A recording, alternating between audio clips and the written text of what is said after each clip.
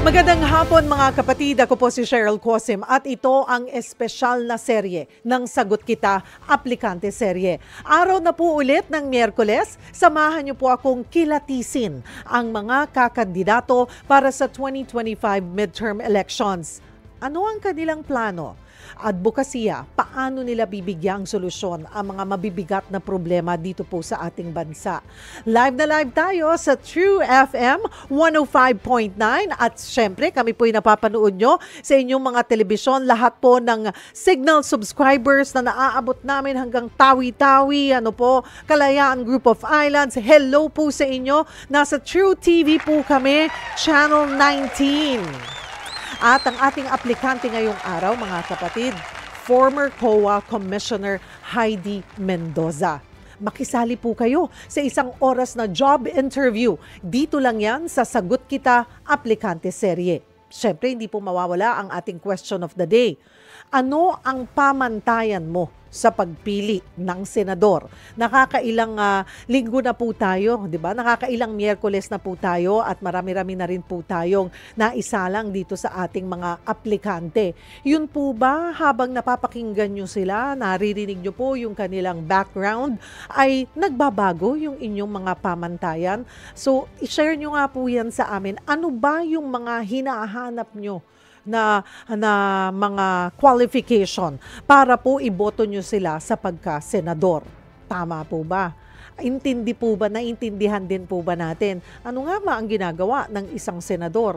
O yung bawat posisyon na lalagyan po natin ng pangalan o isi-shadean natin ng color for that particular position? Pahalagahan po natin ang bawat boto. Sana po ay iwasan na po natin yun na, sige, boboto mo yan. Sige, boboto ko na rin. Pero dapat po talagang kinikilatis. At kaya po narito kami dito sa Aplikante Serye. Tutulungan po namin kayo, sabay-sabay po nating kilatisin ang ating mga aplikante. Bawat boto po natin ay napakahalaga. Sali po kayo sa ating discussion kung mayroon po kayong sagot sa ating question of the day or gustong itanong sa ating aplikante ngayong araw, maaari po ninyong i-post yan sa ating live stream. Maaari nyo pong i-post yan sa Facebook page ng True FM at mamaya po pasasagot po natin yan isa-isa. Maaari rin po kayong tumawag sa ating tanungan hotlines sa 8689-3289 or sa 8689-3290. Again, that's 8689-3289 or sa 8689-3290. Alright, simulan na po natin. Sino nga ba ang senatorial aspirant na si Heidi Mendoza? Ang kanya pong buong pangalan ay Heidi Macaraan Lyose Mendoza. Ipinanganak po siya noong November 3, 1962. Nakapagtapos ng accountancy at naging certified public accountant. Kumuha rin po ng master's sa UP Diliman at National Defense College. Mahigit 2 dekada, hindi lang 2 taon, 20 taon. Ayan, mahigit 20 taon po sa Commission on Audit hanggang naging commissioner po siya. Naging Undersecretary General for the United Nations Office of Internal Oversight. At naging whistleblower. Doon po natin siya talaga nakilala. Naging whistleblower din po siya sa iba't ibang kaso ng korupsyon.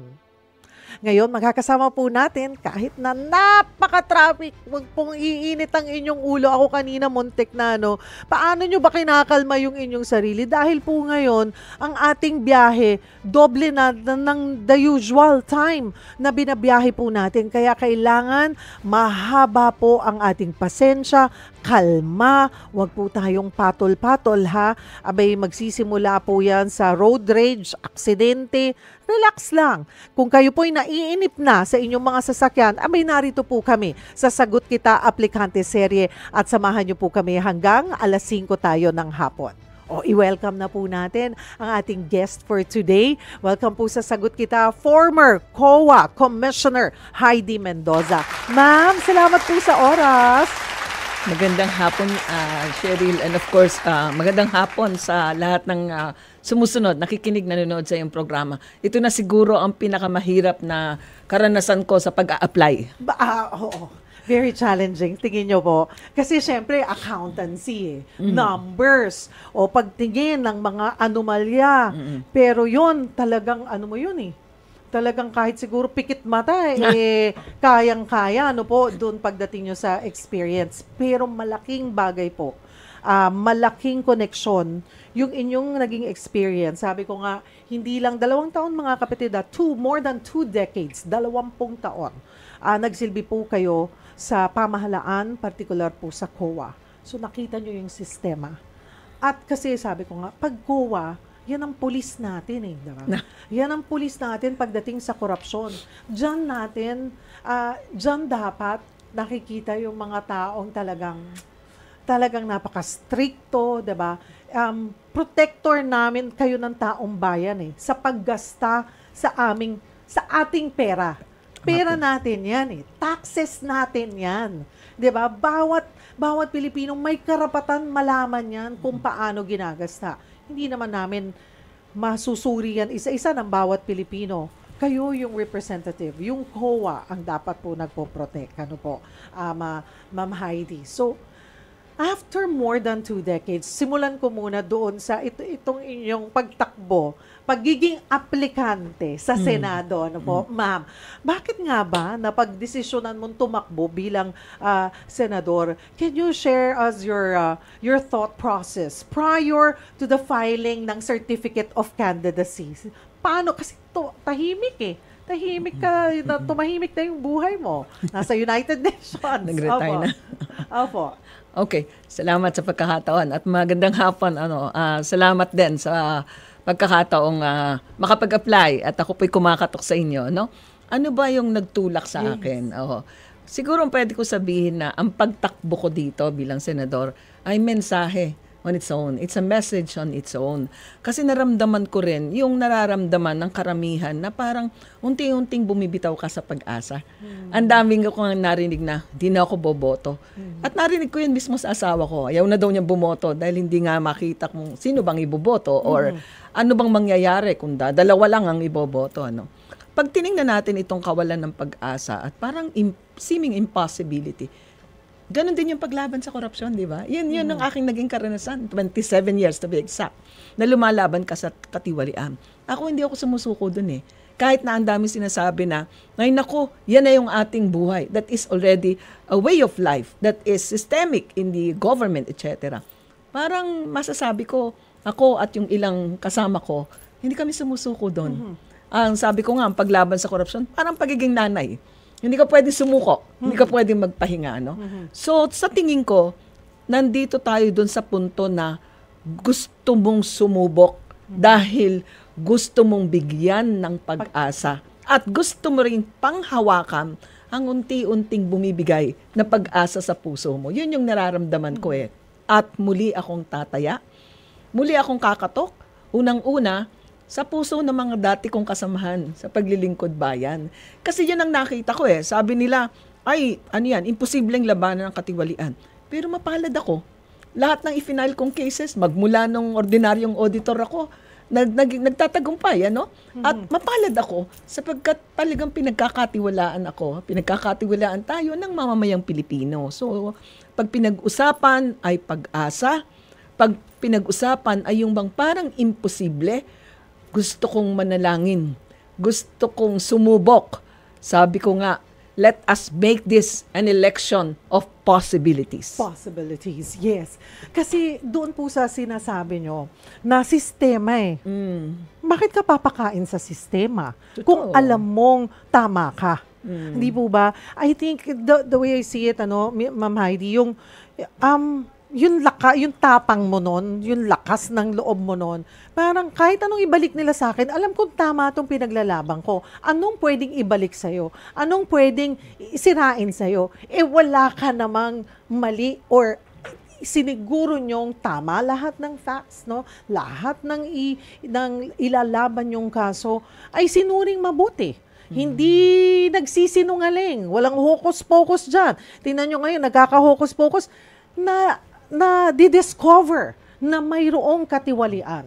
So ito, kung mali noon, diba, may nasilip na sila. Wala eh. Walang nasilip. And when you know na nasa tama ka, mga kapatid, bakit tayo papakain sa sistema? Ang nakakalungkot lamang po, sabi nyo nga po, yung maririnig mo na sistema na yan eh. Eh paano kung bumigay pa kayo nun? Bumigay pa yung ilang mga kasama nyo? Kaya Sino nga, pa ang lalaban? Oo, kaya nga siguro parang sabi ko, pag hindi ko pa ito ginawa, mahihirapan akong sabihan yung mga dati kong kasamahan sa loob na gumawa lang kayo ng tama. Darating din yung pagkakataong papapatunayan nating tama ang paggawa ng mabuti, tama ang paglilingkod ng tapat. Kung hindi ko gagawin yon, wala akong lakas loob na sabihin pa. Kaya tumakbo na ako. Kung tatanungin nyo naman, bakit sa Senado? Yes. Oo, nag-isipan ko rin yon. Babalik tayo dun sa campaign noong 2022, tumulong tayo sa kampanya. Alam nyo naman lahat ko ano yung tinulong natin doon sa pagka-campaign. Hindi man sa resources, sa effort, na parang tayo yung tatakbo. Sabi ko, nakakalungkot lang. Puno natin yung EDSA. May 8 tayong kandidato. What happened? Ngayon, dadalawang kandidato natin. So sabi ko, kung ako ang magtutulak at magkakampanya sa dadalawa, parang malulungkot ako. Parang mararamdaman ko rin yung feeling ng taong bayan na parang naiwanan, di ba? Ang dami nating halos i-cover yung EDSA pero dadalwa yung ating ikinakandidato. So doon yun tingin ko, sagutin ko rin, pananagutan ko rin, doon sa mga umasa nung panahong yun na pwede natin ulit buhayin yung espiritong yon. Pwede ulit nating balikan ang ating proudest moment na naramdaman natin, kaya nating magtulong-tulong. At this time, itatawid natin yan. Dahil nandito ako, sanay na humarap at sanay na magtaya sa mga sinasabi ninyong mukhang imposible, mukhang hindi pwede. Yun lang yung sa atin na siya. You can make it. Yung possible, may possible. Huwag tayong bumitaw sa pag-asa na pwede for a better country, better Philippines, mga kapatid. Yung babaunin yung eksperyensya pag kayo po ay pinalad sa Senado. Lagi, nakatatak na po sa inyo yan Ma'am Heidi, COA. Sabi ko nga kanina, yung sa COA, pagdating sa COA, kayo yung magpoprotekta. Pero ang mga tao, para kaming uhaw sa transparency and accountability.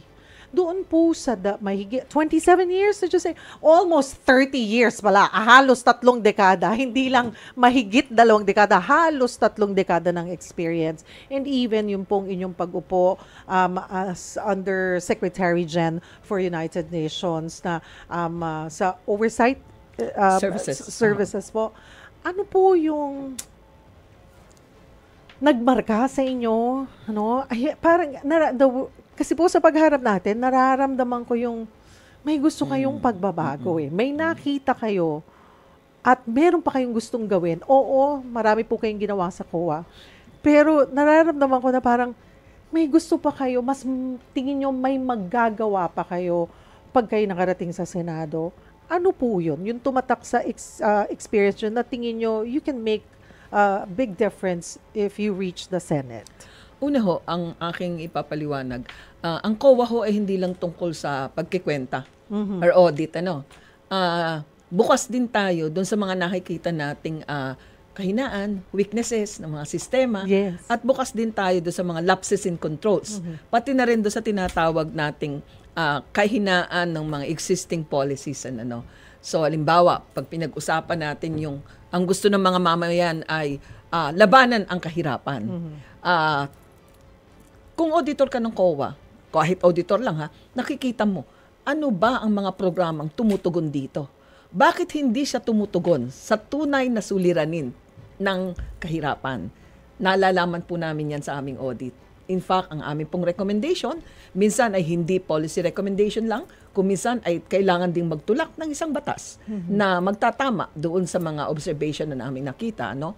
Meron din po tayong halimbawang mga pulisiya na nakikita natin na mas magiging responsive kung halimbawa ay babalikan natin ang existing policy. Bibigyan ko po ng halimbawa. No? Yung po tinatawag nating disaster law. Ano ho? Sabi po doon ay 5% ng budget i-allocate natin sa disaster. Ano ho? Ang problema natin, yung 5% na yon based on estimated revenue. Ikaw Cheryl, kadalasan lalo na kung medyo mahirap na LGU, malayo yung pag-itan ng estimated at actual. Ay, eto na ngayon yung disaster mo, di ba? Wala ka na, kulang ka na kaagad doon sa ano mo. Ito ho yung gusto kong i-point out na hindi naman ko mo kami bilang-bilang lang, akala ay number lang. Nakikita natin yung mga kahinaan ng batas. Ang tagal-tagal na nitong disaster. Hanggang ngayon, hindi natin nakikorek yung ganyan, di ba? Napakasimple lang. Pero malaking Lugi effect ka, po. ma'am, kung ikaw ay nasa 4th, 5th class municipality. Exactly. Wala ka, Po. kahit na sabihin mong 5% yan. 5% ng anong revenue? May hirapan, di ba? Oo. Ang pangalawang halimbawa ko dyan, pag pinag-usapan natin yung mga kasamaan na accountant sa local government, yung bang ikaw ang custodian ng financial integrity, yung bang ginagawa mo lang yung tama, nakagalitan ka ng mayor. Yung mayor gagawa ng hindi tama, iipitin yung accountant, Bilang pag-ipit sa accountant, anong gagawin? Itatanggalin mo bilang accountant. Gagawin mong market collector.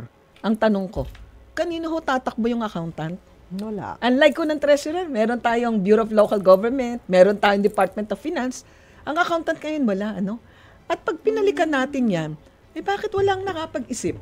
Nung batas na magsasabing, kung yung accountant, para ma-preserve ang kanilang independence, para masabi natin tunay nilang magagampanan, yung pagiging custodian ng financial integrity, ay bigyan natin siya ng parang takbuhan o opisinang magmamaano sa kaniya. O kaya ay balikan natin kung ano ba yung mga bills na pwede nating dagdagan. At meron na akong nasa isip dyan.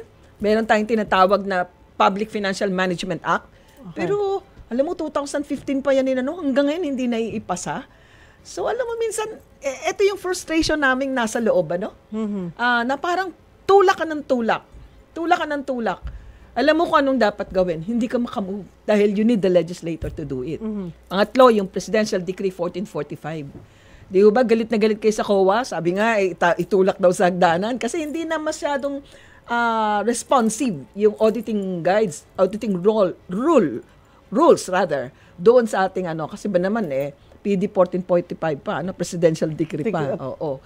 Ngayon ito ay kasalukuyang binabalangkas, nung nagtanong ako kung sino ang nabigyan nito, ako yung medyo nag-alanganin. Wag ko nang banggitin ang pangalan.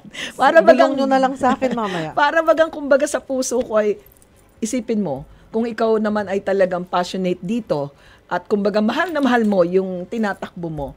Tapos nagkakaroon ka ng medyo hindi ka kampante sa naghahawak nitong komite o naghahawak na puno ng komite. Anong pakiramdam mo? Ito ho yung maraming dahilan kung bakit sinasabi kong ginulo ko yung buhay ko. Totoo po yun. Dahil muli, tataya ako. Kasi naniniwala ako. Bureaucracy pa rin ang pinaka-strong na kasangga ng mamamayan. Pero, dapat palakasin natin, patibayin, at kailangan din natin ang tulong ng mamamayan. Ano po ang reaksyon ng inyong pamilya? Ang reaksyon ng pamilya, syempre, unang-una, ito ay isang malaking usapin dahil talagang hindi naman gusto ng aking asawa at ang mga anak ko rin ay very positive dito. Hindi mo na maitanong kasi buong pamilya kaming naapektuhan. Nung nag-whistleblower ako, nagtago kami sa iba't ibang bahay, sinundo ang mga anak ko ng hindi nila kilalang tao. Meron ding ilang tinatawag nating threats na talagang tunay na naramdaman at nakaapekto sa health condition ng aking mga anak. At ang tanong nila, bakit ikaw ulit?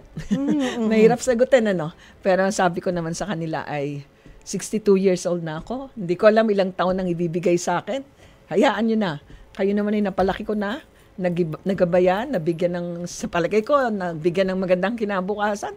Ibigay nyo na ako sa public para sakali itong natitirang sandali ng buhay ko. Mapatunayan ko na kayang maging tapat, kayang maging marangal ng bawat lingkod bayan. Simula pa lamang po ng ating discussion, nagpagkilatis sa ating aplikante na si former COA Commissioner Heidi Mendoza. Mga kapatid, sali po kayo sa ating discussion. Baka po kayo may direktang tanong po kay Miss Heidi. Maari po kayong tumawag sa ating tanungan hotlines or maari nyo po yung i-post sa ating live stream. Sa ating pagbabalik, marami pa po tayong pag-uusapan. Ano nga ba?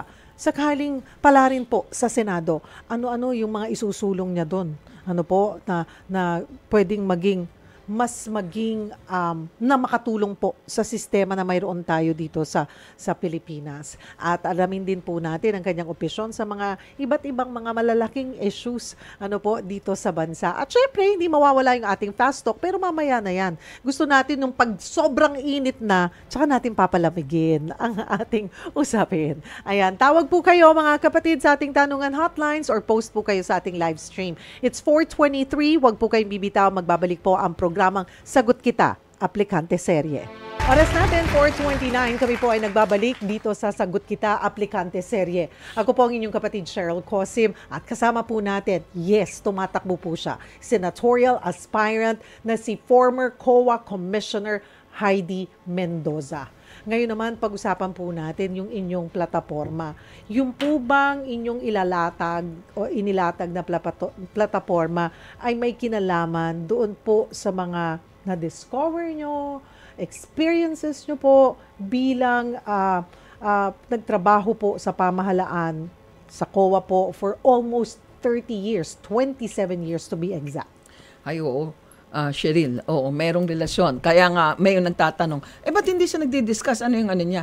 Maghahanda pa siya. Sabi ko, actually, matagal nang nasa isipan namin yan. Dahil while we are reviewing the financial transactions, operations, programs of government agencies, napapag-usapan namin yan Dahil kung makikita mong recurring yung audit findings at walang kwenta yung audit recommendations, di ba, na-frustrate ka. Sa frustration mo, naisipan mo, sana may batas na ganito, di ba? Una, of course, lagi sinasabi, pag tinatanong, ang gusto ng mamamayan na plataforma ay paglaban sa kahirapan, pagtaas ng sweldo, pagkain sa hapagkainan, murang presyo ng bilihin. Pero pag tinanong po natin, yung paglaban sa kahirapan, halimbawa, totoo po yun at gagawin po natin yan. Pero susi sa paglaban sa kahirapan, ang paglaban sa katiwalian. Dahil sa tingin ko, sa napakalaking budget na naibibigay sa atin, kung lahat niyan, sabihin natin kahit nga 90% ay pumupunta sa tamang programa, hindi ho tayo ganito kahirap. Narinig niyo ho ba yung mga studies na sinasabi na almost 45%? Di ibig sabihin po nawawalan na kaagad tayo ng 45%. Sinabi ni former Senator Ping Lacson. Oo, di ba? So yun ang sinasabi ko, yung paglaban sa kahirapan ay paglaban din sa katiwalian. Pangalawa, yung halimbawang sinasabi natin, paglaban sa kahirapan, bibigyan mo sila ng access. I-open mo yung access to education. Paano natin pag-uusapan yung access to education? Ito ay pinagsamang experience ko bilang auditor, bilang commissioner, at bilang naging dean ng FINMA Education. Doon ko kasi nakita na, alam mo yung pumipila yung mga estudyante pagbili ng ulam, nagulat ako 5 piso. Sabi ko, anong kaya ng 5 piso? Kanin at sabaw ng ulam. So, paano siya makakapag-isip? Diba? So, magkakadugtong yan So, bahagi nito, siguro pagtulungan natin, dahil may pondo para sa scholarship. Tama yun, Pero itina-tie up sa mga political, di ba? Kung sino sinong sinabi ni ganitong politiko, yun ang mabibigyan ng scholarship. Discretion nila. Oo. Pangalawa, meron din tayong issue ng absorptive capacity. Nakikita natin ang laki ng budget for scholarship, pero at the end of the day, hindi na ilabas lahat yung pera. Kasi mabagal yung proseso sa loob ng gobyerno. Pero nakahintay yung private sector. Di ba? May mga private sector, merong mga nagtutulak dyan na libreng paaral, pero mas maganda siguro yung tinatawag nating voucher system. May share din sa private na private education, pero kailangan may malinaw na polisiya. At ito rin pangatlo, ito yung sinasabi ko, Alam mo, ang pagtugon talaga sa kahirapan ay yung mapaaral natin yung ating mga mahihirap na walang pampaaral. Ang sinasabi ko lang, huwag nating iasa lahat yan sa gobyerno. Kapag nakita natin na yung mga private sector na nagpupundo sa education ay nakakapagpakita at ng encouraging na programa, halimbawa, at pwedeng pagtulungan ng gobyerno. Can you imagine kung bawat isa sa atin ay mag-aambag sa pagpapaaral ng isang, sabihin natin, na estudyanteng walang masyadong ano. Pangatlo, ayan, nandito naman tayo sa issue ng corruption, yung laptop. Alam niyo, Cheryl, sinubukan ko yan eh. Nagpaint ako, binenta ko yung painting ko, tinulungan pa ako ni Ed dito ni Ed Lingaw. Tapos ibinili natin ng laptop, binigay natin doon sa mga batang Pero alam mo yon, makita natin, overpriced ang laptop. O kaya naman hindi na-deliver. So ninanakawan na naman tayo. Kaya huwag kayong magagalit pag sinabing puro na lang katiwalian. Paano naman yung kahirapan? Kasi malinaw ho yung ating nakikita. Pero may babanggitin ako when it comes to policy. Ito rin ho yung aking napag-alaman. Alam mo dun sa mga export processing zones, Cheryl, meron tayong tinatawag na mga companies, multinational companies, mabilis magpalit ng mga laptop. Kasi syempre, sila, US, halimbawa, Texas Instrument, gano'n, mabilis sila. Ang problema, dahil daw inimport nila itong computers ng tax-free, hindi nila pwedeng ibigay. Kasi kailangan bayaran pa ng tax. Ang sabi ko, ang sakit sa banks, di ba? Ibibigay na nga ng libre. So alam mo ginagawa nila? Dinudurog nila, sinisira nila. Pwede natin hindi pa environment friendly, Alam mo, ito itinulak ko na noon Kaya lang kinapos ako sa oras. Sabi ko, ano kaya kung mag-usap ang BIR, Commission on Audit, at state universities? At sabihin, halimbawa, okay, COA, magkakaroon tayo ng inventaryo ng lahat ng laptop computers na ipapalitan nila, And then, magwi-witness ang Commission on Audit doon sa transfer nito sa mga state universities. In which case, masasabi natin na yung buwis na na-exempt doon sa napunta naman doon sa bulsa ng state university at magagamit. Kesa naman bibili pa ng mga computers. At kesa napunta sa basura. Diba, napakasimple? Oo. Nagpapakita ito na pag pinag-aaralan natin ng mga pulisiya at practices, yun po'y ginagawa ko kahit wala pa sa Senado, may mga bagay-bagay na magagawa ka para makasolve sa mga problema tungkol sa edukasyon nang hindi ka pa tumatakbo. Kasi alam mo kung anong takbo at sistema at proseso. Ito pong discovery nyo to, is this something na sinubukan nyong ilapit doon sa mga bulong-bulong lang. Kasi alam mo naman wala pa tayo. Nakita ko ito nung pumasok ako doon sa distribution ng laptop sa mga estudyante. Wala na ako sa gobyerno. So meron akong binulungan na, malakas ka naman kaya paki-explore. Alam mo, pag wala ka sa gobyerno, unless na lang na dikit ka at sangga ka sa administrasyon, medyo mahirap magtulak, di ba? And pangapat siguro, ay syempre, ako yung doon, di ba? Syempre medyo mahirap yon dahil Pero, nakita natin, pangapat, yung tinatawag nating, rewards and incentives. Ang tanong natin, yung public teacher, marami pa silang non-teaching jobs na nakaano sa kanilang balikat. Tapos nanonood ka, ganito ang naririnig mo tungkol sa budget ng DepEd. So, yung paglaban sa katiwalian, hindi lang natin nilalabanan yung pagtagas ng pera, sinasalba rin natin, sinesave natin yung moralidad ng ating mga manggagawa sa loob ng pamahalaan. Dahil di ba, Cheryl, hindi lang naman tayo nawawala ng pera ninanakawan tayo ng moralidad ng isang bansa, ng moralidad bilang lingkod bayan. Yun yung medyo dito. So, kung ang platapormang gustong marinig ay edukasyon, tamang presyo ng pagkain, magagandang infrastruktura, maayos na ekonomiya, lahat po yan matutugunan sa paglaban sa katiwalian para may tamang budget na hindi tatagas sa ibang bulsa. Kung hindi, buong-buo mapapakinabangan ng bawat mamamayan. Doon po sa mga, sabi nyo kasi, kayo sa COA nun, may mga policies kayo na inire-recommend. Doon sa recommendation nyo, ilang porsyento ang binibigyang halaga naman at kinoconsider? O isa rin din po ba yun sa frustrations po ninyo na yung recommendation is to improve the system, pero nakaka-frustrate na ayaw. May mga nasa posisyon na sadyang dinededma because ayaw lang nila talaga ma-improve ang sistema at hindi sila ang makikinabang. Okay, yan ang isang ipinagpapasalamat ko sa mga hearing sa Kongreso at Senado Kasi itong mga ito, matagal nang nakasulat sa audit report, di ba? Pero ang tanong, May nagbabasa ba ng audit report? Di ba? Unless na lang malapit ng eleksyon kasi gagamitin nila para kasuhan yung kalaban nila sa eleksyon. Di ba? O kaya naman may mga hearing na ganyan.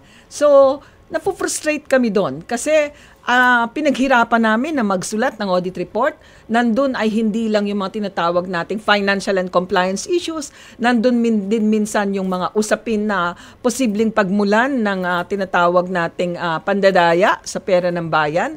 Pero sa kadalasan, ito ay nananatiling nasa report lang o kaya napakahaba ng proseso bago ka makakita ng tamang resulta. Yun yung medyo frustrating. Pero ito naman, as a source of hope, unti-unti natututo ang mamamayan. Nagbabantay na At nagpapasalamat ako sa mga kaibigan nating journalist, nakaabang na sa COA website at marunong na sila sa lahat ng uri ng report, Pati yung tinatawag nating declaration in terms of yung mga salaries ng government officials, nakaabang din sila. Salamat. Malaking tulong 'yan. Isa po sa mainit na issue ngayon sa bansa, Ma'am Heidi, may kinalaman sa korupsyon. Confidential funds. Ano po ang take nyo sa confidential funds? Ayun, itong confidential funds, ang marami nagtatanong, ba't ngayon lang yan natingnan? Totoo po yun, Itong confidential funds, nung ginawa natin yung guidelines, parehas sa intelligence and confidential funds. Lilinawin natin, ang Intel for Intelligence Practitioner, ang confi funds ay sa surveillance ng civilian agency, Okay. Noong 2015, nag-attempt kaming sumulat ng guidelines. Kasi dati walang guidelines. Walang resibo, walang guidelines, kahit ano pwede. Parang ang justification, intelligence funds nga, confidential nga Bakit may guidelines? Noong 2015, dinefine natin. Sineparate natin yung intelligence. Kasi yung intelligence, yun talaga yung may sensitivity. Diba? At ito ay intelligence practitioner. Yung sa confidential, ito naman ay surveillance operation ng tinatawag nating civilian agency. Kunyari BIR, kailangan nila yan. Kailangan mong ma-surveillance sinong hindi nagbabayad ng taxes, sinong mga tindahan, etc. Sinong mga influencer ang hindi nagbabayad ng taxes. Joke lang. Okay. Marami po. Oo. So, pinag-separate natin yan.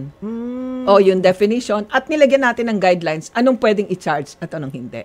Ang naging problema, dahil walang masyadong access doon sa report, ay di syempre hindi naiintindihan, Pero hindi ako pumapayag doon sa sinasabi nilang ito ay walang masyadong controls. Kasi kung pag-uusapan natin, babalikan natin yung konteksto nung binuo ito noong 2015, ito yung tinatawag nating pagtitimpla, mahusay na timpla ng tinatawag nating flexibility and accountability.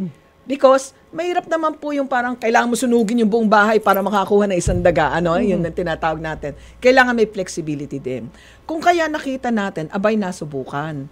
Hindi pala ito basta pwedeng wala lang Kailangan pala nandun mismo sa certification, ako ay handa na ipakita ang documentary evidence upon demand. At ito'y ikinikip ko sa isang journal. Hindi pwedeng walang resibo. Kumbaga parang sa liquidation, pwede, yan. Pero pag na-demand, pwede mong ihanda. Yun Yes. po. Laging, nandyan lang, pero lahat may resibo. At ang isa ko pang importante na lagi sinasabi dito, remember nakalagay dito, yung internal control. Ano ho ba yung ibig sabihin ng internal control?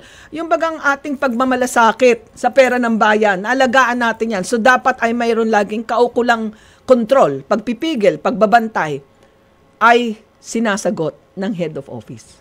So ang ibig sabihin nito, okay, alam mo na acknowledgement receipt, alam mong gumamit ka ng alias, pero bahagi ng pagmamalasakit na tinatawag, bahagi ng internal control, pangunahan mo bilang puno ng ahensyang ito kung paano mo siya iingatang wag maabuso. Anong ibig sabihin? At nandun din yun sa certification, meron kang journal. Kung saan nililista mo syempre, ari si alias so and so, ari ang pangalan niya. And remember, part ng certification, pag diniman, ibibigay mo to, At kasama din doon yung certification under oath. Kaya ibig sabihin, hindi yan basta certification na pinirmahan mo lang kasi under oath siya. So, pwede kang makulong on the basis na mali yung, hindi tama yung iyong pinirmahan At pwede kang makulong sa iba't ibang sala kung mapapatunayan naman ng korte. Yun naman yung ano doon. Mahaba naman yung proseso. Kung pagbabasihan po natin ngayon, hindi po lahat ng ahensya ay may confidential funds, mga kapatid. Hindi rin lahat ng ahensya ay may intelligence funds. Talagang meron lang certain agencies po ang meron yan. Ngayon, nafo-focus po kasi sa Office of the Vice President. Bakit may confidential funds? Maging ang DepEd, Department of Education. May mga nagsabing, dati wala naman yan. Nung si VP Lenny, wala naman dyan, ganyang pinag-uusapan. Bakit nabibigyan? Yung ganong sistema, paano ba nakakalusot yun, Ma'am Heidi? Or may mga gawa ba tayo? Kasi in the first place, kung tama ko pong natatandaan, yung 125 million na yan ay nanggaling sa Office of the President at inilipat sa Office of the Vice President. So, dapat ba ay mayroong liability ang kung saan nanggaling yung pondo rin? Ayan, ang galing mo magtanong, Cheryl, ano? At yan din ang aking gigisingin, ano? 'Di ba nung una akong tumakbo, sabi ko tuturuan nating mag-budget. Ayan. Kasi sa pagbabudget, dapat nakita 'to. Tanda mo nung budget ng 2022, tinutulan natin ito dahil sinabi natin na walang budget na hiningi. Remember, ang 2022, hati sila ni VP Lenny at ni VP Sara, di ba? So, walang budget na hiningi for confidential funds si VP Lenny. Ginastify ng House, di ba? Kaya nga sabi ko, hindi tayo pwedeng mag-usap ngayon na para sinisisi lang natin ito.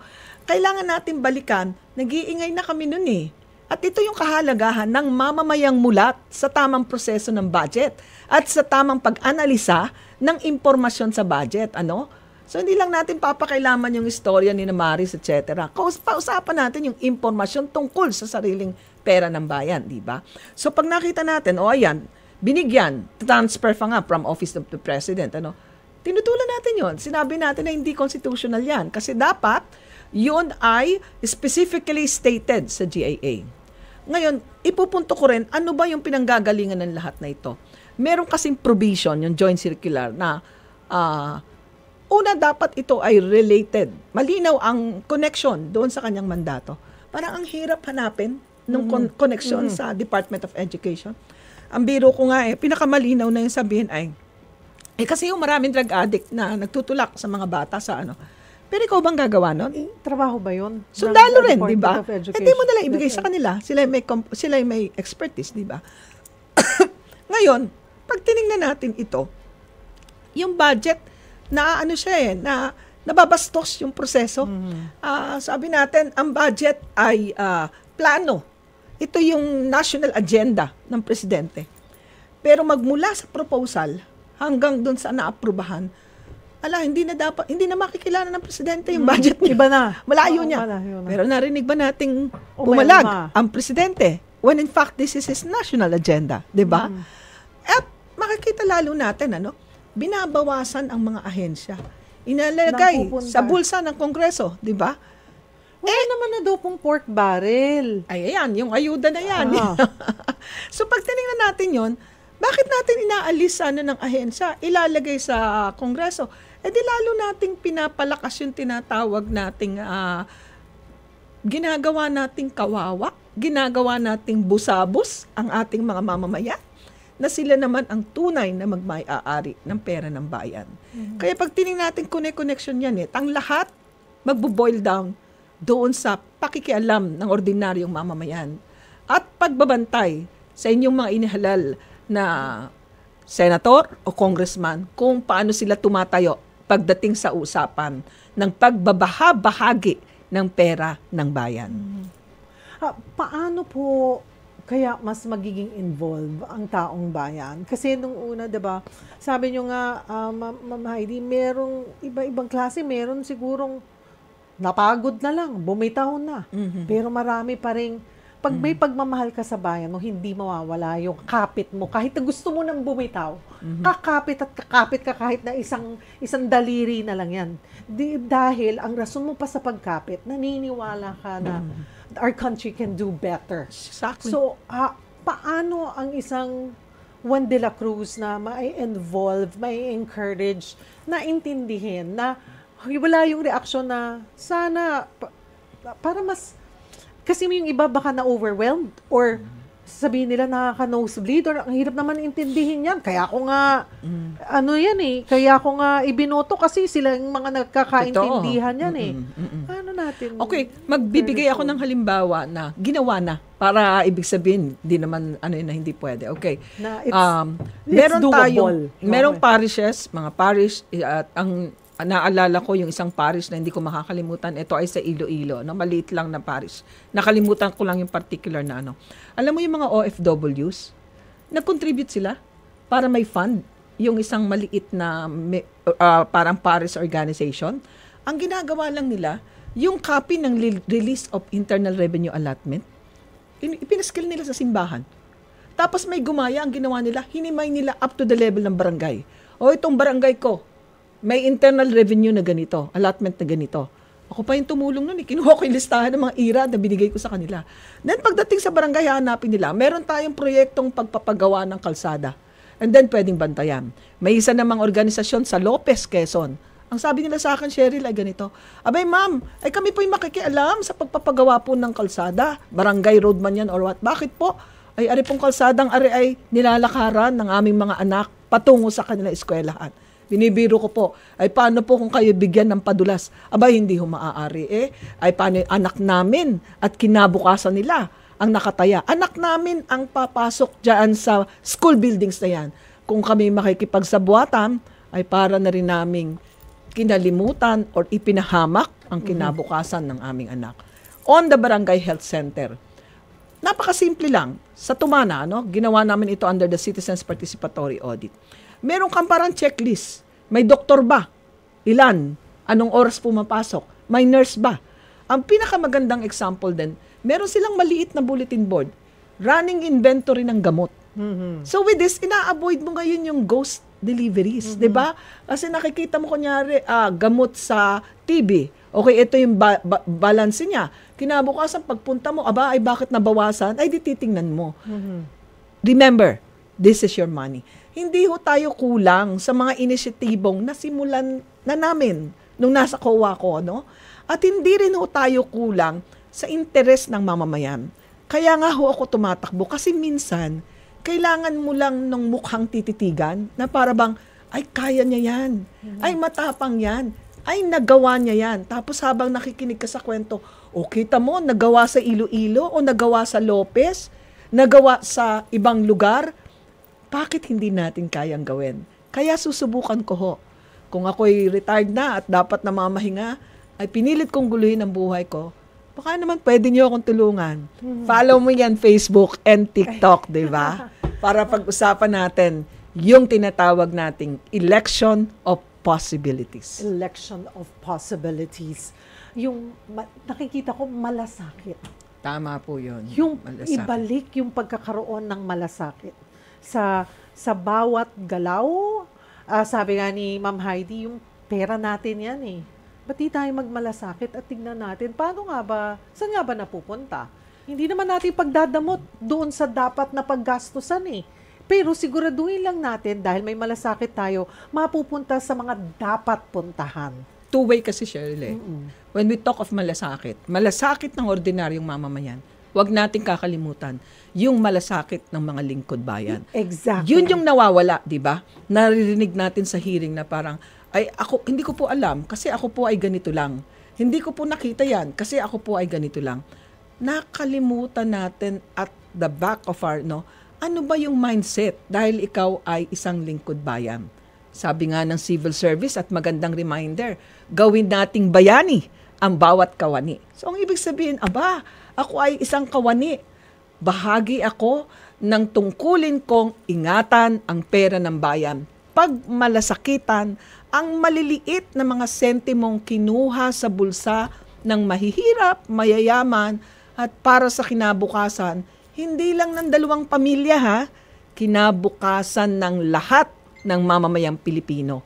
Kung ayaw niyong mawalan ng pagkain, kung ayaw niyong mawalan ng pagkakataong mag-aral ang inyong anak, kung ayaw niyong mag-abroad ang inyong mga anak at iwan ang kanilang mga anak, pagmalasakitan natin itong pera ng bayan, labanan natin ang katiwalian at paalala, maiba naman, Huwag naman tayong bumoto nung sinasabi nating kilala, sikat, kahit hindi natin nakikita kung ano yung mga mabubuting ginagawa nila para sa bansa. Kaya yan po ang tinatanong ko sa inyo, di ba mga kapatid, tuwing Miyerkules, ano ba ang pamantayan nyo?